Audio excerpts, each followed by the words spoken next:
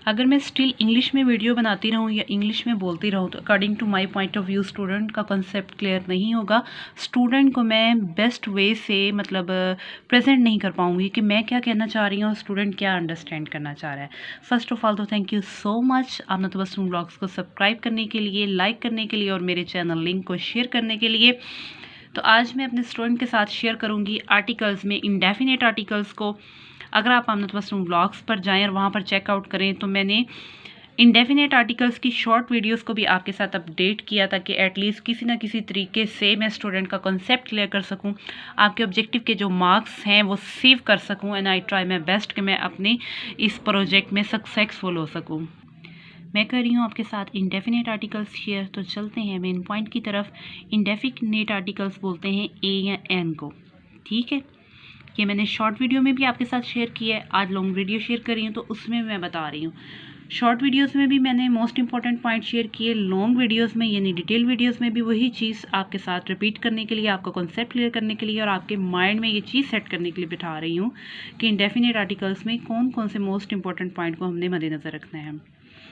First one है जी, articles एक किस्म के एडजेक्टिव्स होते हैं जो हमेशा नाउन से पहले इस्तेमाल किए जाते हैं और ये नाउन की एक्सप्लेनेशन के लिए यूज़ किए जाते हैं।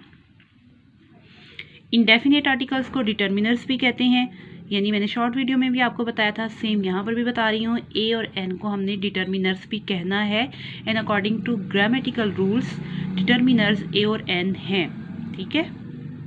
उसके बाद मैंने आपके साथ ये चीज़ शेयर की थी कि इंडेफिनेट आर्टिकल्स यानी डिटर्मिनर जोन से हैं, ये नाउन से पहले इस्तेमाल किए जाते हैं और ये हमें बताते हैं कि आप किस ख़ास चीज़ की तरफ या आम चीज़ की तरफ इशारा कर रहे हैं। अगर तो आपने मेरी शॉर्ट वीडियोस को चेकआउट किया है, वॉच आउट किया है, आपने तबस्सुम ब्लॉग का विज़िट किया है तो आपके माइंड में ये चीज़ ज़रूर सेट होगी और आपको ज़रूर आइडिया होगा कि इस चीज़ को मेरा रिपीट करने का आपके साथ मकसद ये है कि स्टूडेंट का कंसेप्ट क्लियर हो जाए।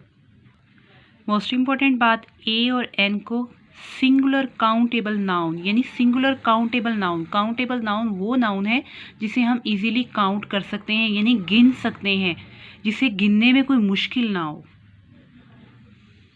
नेक्स्ट वर्ड, जब कोई लफ्ज़ कोई वर्ड सिंगुलर हो और वो कॉन्सोनेंट लेटर से शुरू हो तो इससे पहले ए लगाते हैं। वावल साउंड और कॉन्सोनेंट का मैंने लेटर्स का आपको बताया हुआ है, ठीक है। इसकी एग्जांपल्स देखते हैं। अ बुक सिंगुलर है, कॉन्सोनेंट लेटर से शुरू हो रहा है तो इससे पहले आपने ए लगाना है, ठीक है। A book, A ball, a table. कोई मैंने टफ वर्ड नहीं यूज़ किया, कोई मैं डेप्थ में नहीं गई, इजी से इजी करके मैं आपके साथ अपना कॉन्सेप्ट शेयर कर रही हूँ। एज इट इज़ आपने भी वीडियो को सामने रखना है और अपने कॉन्सेप्ट्स को क्लियर करने की कोशिश करनी है। नेक्स्ट है जी, जब कोई वर्ड वावल साउंड से शुरू हो तो इससे पहले एन लगाते हैं।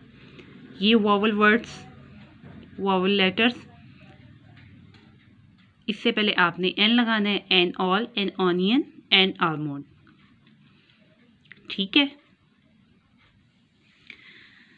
ये मोस्ट इम्पॉर्टेंट है, इसको आपने माइंड में रखना है और समझने की कोशिश करनी है, अंडरस्टैंड भी करना है, कोई मुश्किल नहीं है। जब कोई वर्ड एच से शुरू हो और एच साइलेंट हो तो इसके बाद वावल लेटर हो तो ऐसे लफ्ज़ से पहले आपने एन लगाना है, ठीक है।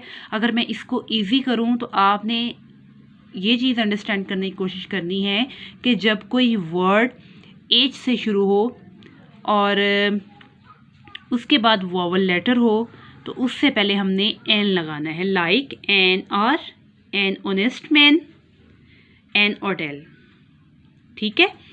एच से शुरू हो रहे हैं तो आपने इसका ख्याल रखना है, आपने इससे पहले एन लगाना है। नेक्स्ट पॉइंट है जी, ऐसे वर्ड्स जो वावल लेटर से शुरू हों लेकिन इनकी आवाज़ यानी इनकी साउंड जो सी है वो वावल लेटर जैसी ना हो तो इससे पहले हमने एन की बजाय ए लगाना है। माइंड में रखा, ऐसे वर्ड्स जो वावल लेटर से शुरू हों लेकिन इनकी साउंड वावल लेटर जैसी ना हो तो इससे पहले हमने ए लगाना है। European language, I university, A 1 rupee note, ठीक है। Last and most important point, adjective के बाद अगर नाउन आए तो एडजेक्टिव से पहले ए या एन लगाते हैं, ठीक है। अब ये नेक्स्ट जो मैं आपको दिखाऊं कि एग्जाम्पल, उसमें मैं आपको बताती हूँ कि एडजेक्टिव है, एडजेक्टिव के बाद अगर नाउन आता है तो एडजेक्टिव से पहले हमने ए या एन कैसे लगाना है। ये देखें जी, number 1 example, she is good girl. Good क्या है यहाँ पर? एडजेक्टिव है। तो मैंने आपसे कहा है एडजेक्टिव से पहले, एडजेक्टिव के बाद अगर नाउन आ रहा है तो एडजेक्टिव से पहले हम लोगों ने क्या लगाना है? ए या एन। अब मैंने यहाँ पे एडिशन कर दिया ए का, she is a good girl. She is honest girl. मैंने आपसे कहा कि एडजेक्टिव के बाद अगर नाउन आता है तो नाउन से पहले हम लोगों ने, एडजेक्टिव से पहले हम लोगों ने एन का एडिशन करना है। She is an honest girl. छोटे छोटे पॉइंट्स को मैंने आपके साथ शेयर करने की कोशिश की है ताकि एटलीस्ट स्टूडेंट का एडजेक्टिव पेपर बहुत अच्छे तरीके से अटैम्प्ट हो। अगर तो आपको मेरी आज की वीडियो अच्छी लगी है तो चैनल को सब्सक्राइब करना, लाइक करना और शेयर करना नहीं भूलना। और थैंक यू सो मच। मैं अपनी यूट्यूब फैमिली का बहुत ज़्यादा थैंक्स करती हूँ कि मेरे चैनल को आप लोग सब्सक्राइब कर रहे हैं।